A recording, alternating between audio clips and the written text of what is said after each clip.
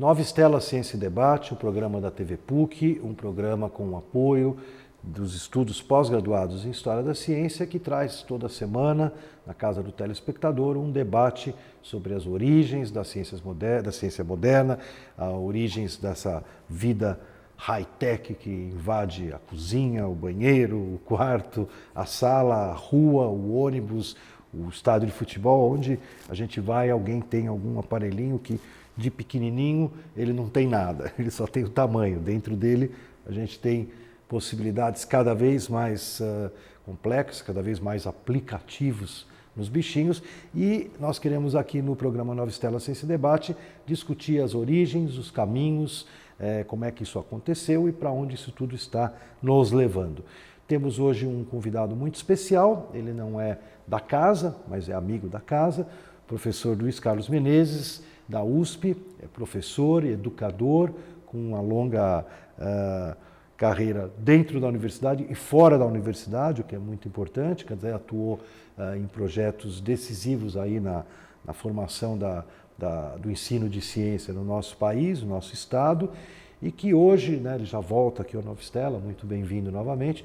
Hoje eu pedi para ele, né, puxar para um assunto que eu tenho um carinho muito grande, né, que é um professor, que foi professor dele, e eu já conheci com mais idade, por causa da ditadura, né, que é o nosso querido Mário Schemberg, né, ou Schemberg, como ele falava com seu acento nordestino, que, de certa forma, tinha uma série de características, né, como pessoa, como intelectual, como pensador, que nos marcou muito. E como nesse país parece que as pessoas, né, perdem rápido, né, toda palestra que eu dou sobre o Mário Schemberg, eu pergunto quantos já ouviram falar, né? E tirando, você sabe que existe uma escola pública, lá perto aqui em São Paulo, da Represa, Billings, e existe uma particular na Granja Viana, muito top, e essas, na verdade, são as referências que mais um primo estudou na escola Mário Schemberg, alguém estudou. Não há muito registro. Eu queria aproveitar a presença do Menezes aqui na PUC, que trabalhou, que conviveu com o Schemberg, para a gente conhecer um pouco mais desse personagem tão importante da nossa história brasileira e da ciência, né? Pois é, o Mário foi uma espécie de mentor para mim, né? Uma espécie de, para usar uma metáfora, uma espécie de pai intelectual. E era um personagem absolutamente múltiplo nos seus interesses e na sua inteligência. De uma firmeza ética muito grande, uma inteligência riquíssima, né? E foi um grande privilégio ter contado com a orientação e com a amizade do Mário Schemberg. Podíamos começar a falar da grande diversidade do interesse do Mário. Ele era um militante socialista, indiscutivelmente, tinha convicções muito fortes sociais, mas uma cabeça muito independente. Não havia partido nenhum que dissesse pense assim. Ele pensava com enorme liberdade. E nesse pensar de grande liberdade, ele, ao lado de ser um grande cientista, talvez o maior desse país, um dos maiores, com certeza, ele era um crítico de arte reconhecido, e tinha um olhar muito especial sobre a arte. Teve uma liderança muito grande sobre jovens artistas. Ele era mecenas de alguns artistas em dificuldade, ele apoiava, como o Valdomiro, como muitos, e alguns artistas consagradíssimos foram do seu convívio de amizade, como a Lígia Clark, né? Então, o Mário era um homem da ciência, era um homem das artes ao mesmo tempo. Tinha um grande interesse em espiritualidade, coisa curiosa, era socialista, marxista e tal, mas ele olhava a espiritualidade com muito apreço. Aliás, entre os presentes muito bonitos, ele me deu um livro sobre história das religiões, muito interessante. Nem ele nem eu éramos religiosos, no entanto, esse interesse sobre pensar o ser humano nas suas múltiplas dimensões era uma coisa que me ligava ao Mário e que eu aprendi com ele. Mas, quando a gente foca digamos, no métier mais claro do Mário, que era a ciência, aí também a multiplicidade aparece, e de uma maneira muito rica. Os trabalhos mais importantes, mundialmente mais reconhecidos do Mário Schember, estão ligados numa associação entre física de altas energias, física de partículas elementares e cosmologia. E, nesse sentido, absolutamente pioneiro. Por exemplo, ninguém entendia como é que certas estrelas conseguiam explodir, porque elas eram tão densas, como é que a energia conseguia escapar, né? E ele, com outro grande cientista, George Gamow, descobriram isso e deram um nome muito divertido. Ele chamou isso. Eles descobriram que era um neutrino, a partícula, o neutrino que não interage muito pouco, então escapava com facilidade. Então, o neutrino era a partícula que levava a energia embora das estrelas sem a gente perceber como é que saía, né? E eles deram um nome muito bem humorado, que era efeito Urca. Urca era o nome de um cassino no Rio de Janeiro. O jeito era depenado, perdia o dinheiro, não sabia nem como, tão rapidamente embora o seu dinheiro. Não é? Então, o nome efeito Urca, para a perda de energia das estrelas, tem a ver com esse bom humor, né, do Mário, que tinha um humor muito ferino, muito interessante. Então, veja, por um lado, ele era um homem da cosmologia, da física, olhando o universo, evolução de estrelas e vai por aí. Campo que se tornou absolutamente importante na física. Então, ele tinha já essa percepção. Mas, ao mesmo tempo, ele no campo das muito baixas energias, porque esse é o campo das altíssimas energias, das baixas energias, foi ele quem teve a percepção de que a ciência, que na época era muito dominada pelo nuclear, a física nuclear, físico que não fosse nuclear não era sério, físico nuclear, né? Isso era a tônica até os anos 60. Ele percebeu, antes de todos aqui nesse país, que era preciso nos voltarmos para as baixas energias, para a física da matéria condensada.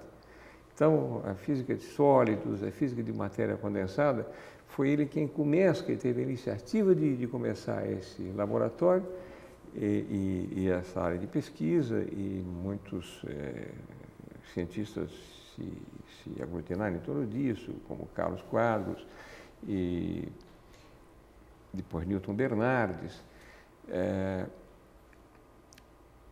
E hoje ninguém tem nenhuma dúvida que é a área predominante, né? De onde saíram os cristais? Cristais, semicondutores, toda a informática, lasers, quer dizer, e agora a nanotecnologia, etc.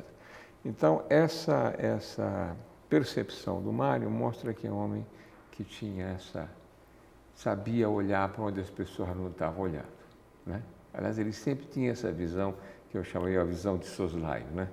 De olhar para onde não se está olhando e perceber ali a coisa preciosa que vai ser, digamos, a nova bola da vez, por assim dizer. Então, tanto no pensar social, como no pensar humanístico, artístico, científico, o Mário deixou contribuições muito, muito preciosas. E é interessante olhar, a partir dessa discussão da trajetória e das contribuições do Mário Schember, a física hoje.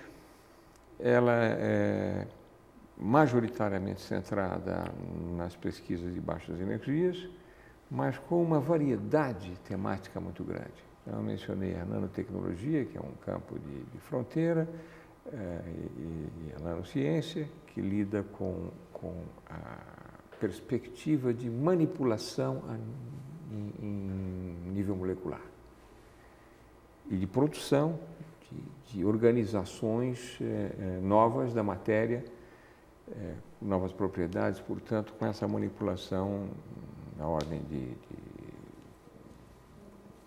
10 anos, digamos. Essa nova área convive com a evolução das áreas anteriores. Então, toda a computação hoje está centrada, sobretudo, em semicondutores, né? Nos chips semicondutores, e as informações transmitidas por luz coerente, por laser, né? Você está fazendo um telefonema, você não sabe, mas boa parte do seu telefonema só chega lá passando por fibras óticas, tá certo? Dentro da qual você tem um sinal de luz modulado, carregando informações. Do mesmo jeito que, desde de há um século atrás, ondas eletromagnéticas trafegando no vazio carregam informações moduladas. Mas há muitas pequenas, quase micro-áreas com contribuições novas. Então, quando se fala de computação quântica, na realidade é diminuir ainda mais o tamanho do lugar onde eu vou guardar uma informação. E, portanto, miniaturizando, muitas vezes barateando e aumentando a velocidade de processamento dos sistemas. Então, um aparelhinho como esse tem uma capacidade de processamento e de memória muito maior do que os primeiros computadores dos quais eu fui técnico, aliás, né, aqui no Brasil. Eu era estudante lá na de USP. física. Na IBM. Na IBM. Eu era estudante de física e técnico da IBM. Tinha um nome pomposo, Customer Engineer, né, engenheiro do cliente. Mas, na realidade, eu fiz a transição das máquinas eletromecânicas, a contabilidade mecanizada, aquelas máquinas com eixos, fazia barulhão e tal, para os primeiros computadores, que eram os 1401, que chegaram aqui. Ora, a Prefeitura de São Paulo comprou o primeiro conjunto de máquinas. Era uma sala, acho que umas 10 vezes essa aqui, com ar-condicionado, com dezenas de máquinas, com aquelas fitas magnéticas enormes, toda uma parafernália, não tinha a memória que tem no seu celular hoje, nem a capacidade de processamento. Então, você vê, das máquinas eletromecânicas para o computador já foi um salto. Agora, houve um abismo, né, vencido entre aquilo e a capacidade de processamento atual de sistemas cada vez menores e mais potentes. Então, as fronteiras da tecnologia, as fronteiras da ciência estão assim coladinhas, cada vez mais próximas. Né? E num mundo em que nós não sabemos para onde estamos indo, quer dizer, isso produz uma curiosa perplexidade. A mecanização no campo, a automação na indústria, a informatização nos serviços, enxugou toda a base do sistema produtivo. Quem só for capaz de fazer o que as máquinas já fazem está desempregado.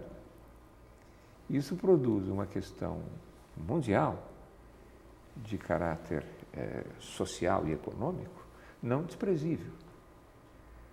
Né? Então, talvez soluções quebra-galho, como o Bolsa Família, vão ter que ser universalizadas, porque não é só aqui, não. Você produzir gente com critérios éticos, estéticos e com uma formação sofisticada para inovar, para fazer julgamentos que o sistema não são capazes de fazer, não é coisa fácil. Deixa eu fazer um comentário aqui sobre o Mário Schemer e as suas considerações, né? Que eu estava pensando, mas de repente já repensei, né? Quando você estava falando, eu ia te falar assim, poxa, seria bacana o Mário Schemer estar vivo, né?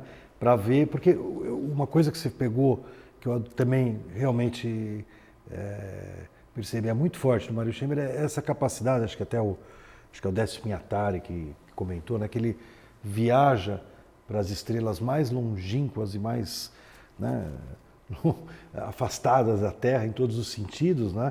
E depois volta, né, e encarna como um ser humano preocupado, envolvido aqui, né? E eu ia te dizer, puxa, eu lembro dele comentar de fato essa coisa que é quase que um princípio dele, né? De que ele dizia que não era dele, era de algum, não sei se era Niels Bohr, de algum físico aí da primeira metade do século XX, que dizia que tudo que eu penso, né, pode acontecer, e tudo que acontece pode ser pensado, mesmo que tudo tenha seu tempo e demore, né? E o Schemer, ele ia mais longe, ele falava, e tudo que eu penso que acontece, vai acontecer na minha cozinha. É o que você falou, quer dizer, por mais abstrato e maluco que sejam as ideias, né? Um dia o ser humano, ele sempre falava assim, por isso que eu não sou físico, eu sou matemático e engenheiro. Né? Os dois diplomas que ele tinha na vida, né? Era matemática, ele falava, talvez essa formação de engenheiro que me marcou, por eu sempre, pode ser que nem que eu viva, né? Mas, e ele ainda viveu, eu lembro que o laser, os disquinhos, não era nem ainda CD, CD-ROM, DVD e tal. Não, era aqueles primeiros disquinhos para tocar música, só música, né? Já era Mas ele chegou a ver isso. E as facas na cozinha. Porque é engraçado, ele era um apreciador. Ele já adoecido, ele já tinha em casa um computadorzinho, daqueles ainda com memória de fita magnética acoplada e tal, mas já tinha um pequeno sistema editor. Agora, eu não sei, você está me entrevistando, dá a impressão que sou eu que sei do Mário, né? É bom lembrar, para quem estiver nos vendo, que você foi o principal editor das ideias do Mário Chamber. Foi uma coisa muito bacana. Né? Mudou minha vida. Diálogos, né? Entrevistas. Pensando na física, pensando em entrevistas, aliás, eu sou um dos partícipes desses diálogos, dessas entrevistas, mas você foi muito importante no apresentar o Mário para um público mais amplo do que o público interno da ciência ou das artes. Hoje em dia ele estaria aqui no Nova Estela, com certeza. Com toda certeza. Está com a gente. Seria muito divertido. De certa maneira está. Mas aí que está. O que eu queria te falar é o seguinte, na hora que eu estava, né, você estava terminando o raciocínio, eu embalando esse comentário, daí num instantezinho você mencionou alguma coisa ética de novo, você já tinha falado no início, né? Isso. Daí eu já me dei um perrep, será que, coitado, ele não iria sofrer? Porque esse espírito, eu vou te falar, o nosso centro aqui de pesquisa, talvez por causa da área da química, que é muito forte, a nossa área aqui na PUC de História da Química, acabou levando o nome de Simão Matias, né, que foi o nosso orientador. E foi meu grande amigo. Grande amigo. E os dois, eu sempre fico pensando, Mário Chamber e Simão Matias, os dois tinham compromissos com a ética, que eu não sei se ainda existe, você entende? Quer dizer, se as novas gerações, os novos políticos, né? Porque os dois, né? O Chamber diretamente, como você falou, um militante também da política, foi eleito, foi cassado no AI-5. Tudo. O Matias um pouco menos, mas teve um filho, né? Que depois é exilado do Brasil muito jovem, tudo. Então ele também estava muito envolvido, ajudou a gente a fugir do Brasil. Convivi com o Gilberto também, em Paris. Conviveu com o Gilberto depois, também. Então, você vê, quer dizer, são pessoas, né? Eu encontro você aqui, a gente coisa que lembra e ressalta o aspecto ético. No entanto, né, hoje em dia a gente tem um problema sério que dá a impressão de que ética e... Né, não sei, se banalizou o negócio da pizza, né? Cada vez que começa a investigar alguma coisa, alguém já fala calabresa, mussarela, tomate, o que vai dar tal. E me chateia, né? Porque é o que você falou. Eu acho que o Mário talvez nos orientasse nisso aí. Eu estou começando um livro novo, pensando educação, sociedade, um pouco política. E me faz falta o Mário, como me faz falta o Paulo Freire, que também foi muito amigo. São duas pessoas com quem eu gostaria de trocar ideias nesse sentido, mas eu vou dar uma ideia do que tem a ver com a coisa da ética. Eu acho que a aventura humana está se aproximando de uma espécie de singularidade, no sentido matemático, um ponto de... deixa eu ver se eu consigo rapidamente expressar o que é essa singularidade. Se você volta 10 mil anos atrás, civilização engatinhando, levava da ordem de 1000 anos para um processo alcançar a espécie toda. Domínio do fogo, da agricultura e que tais. Se você está 1000 anos atrás, um processo que alcançasse levava 1 século. Há 1 século atrás, décadas.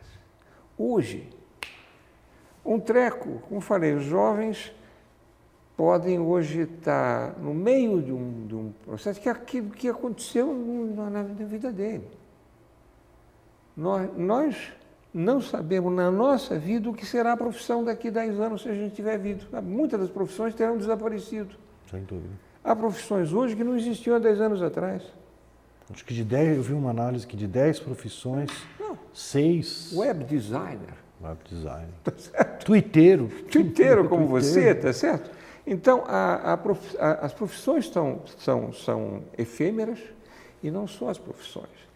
Muitas das práticas sociais estão sendo muito rapidamente transformadas E isso está se aproximando de um ponto de singularidade, em que você já não sabe... Vamos pegar uma coisa que nós estamos vendo nesse momento. As crises econômicas, a americana e a europeia. Elas estão resolvidas ou não estão resolvidas? A comunidade europeia se mantém una ou se racha? Qual será o peso e o papel político e econômico da China daqui a 10 anos? Alguém ousa dizer? Então, a rapidez dos processos e o caráter surpreendente dos processos e das coisas anda num ritmo quase frenético.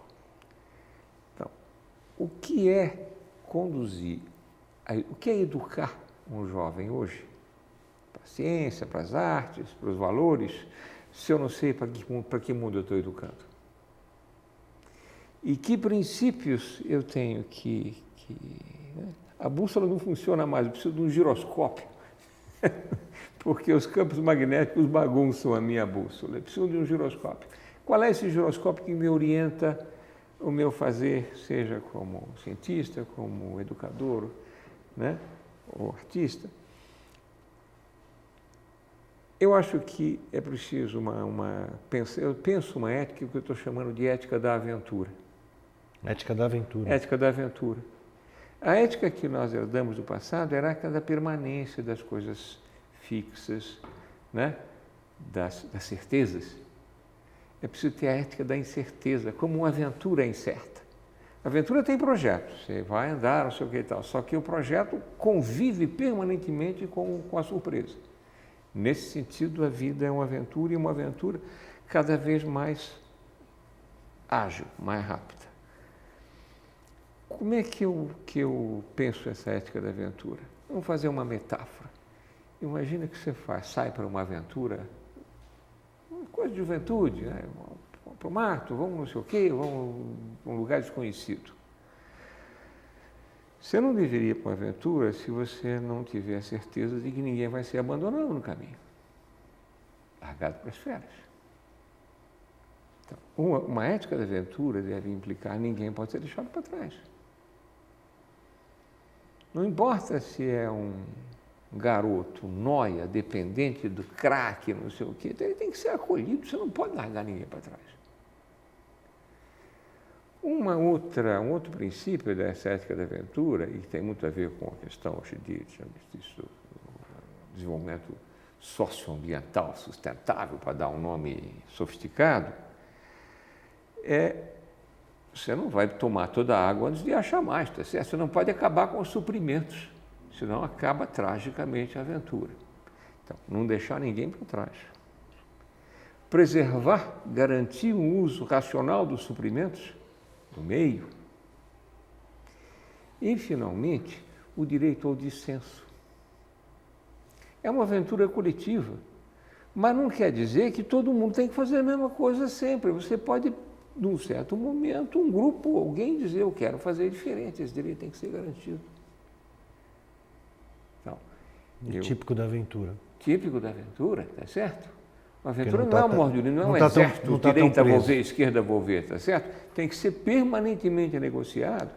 Então, não deixar ninguém para trás, não acabar com os recursos e garantir o direito ao dissenso. Há diferença. São princípios mínimos, mas eu acho que coisas desse tipo tem que estar presente na vida escolar. Na vida escolar, a escola tem que ser acolhimento, por exemplo, né? Ou no mundo científico. Pega o mundo da ciência, como pensamos no Mário. O jeito quer investigar uma coisa, o outro quer investigar outra. Não tem que todo mundo fazer a mesma coisa. E pode investigar outra a partir de princípios distintos, de intenções e orientações distintas. Essa diversidade é a alma da universidade. É a variedade de interesses e de busca. Não é todo mundo tentando fazer a mesma coisa. Então, veja, mesmo no mundo da ciência, no mundo da educação, é preciso esse princípio. Quer dizer, não abandonar, quer fazer, tem que apoiar no que quer fazer, não largar ninguém para trás. É preciso que os recursos sejam racionalmente utilizados e é preciso garantir a diferença.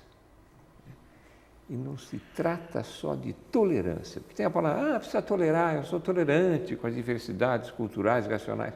Isso é quase uma pobreza, é preciso gostar da diferença.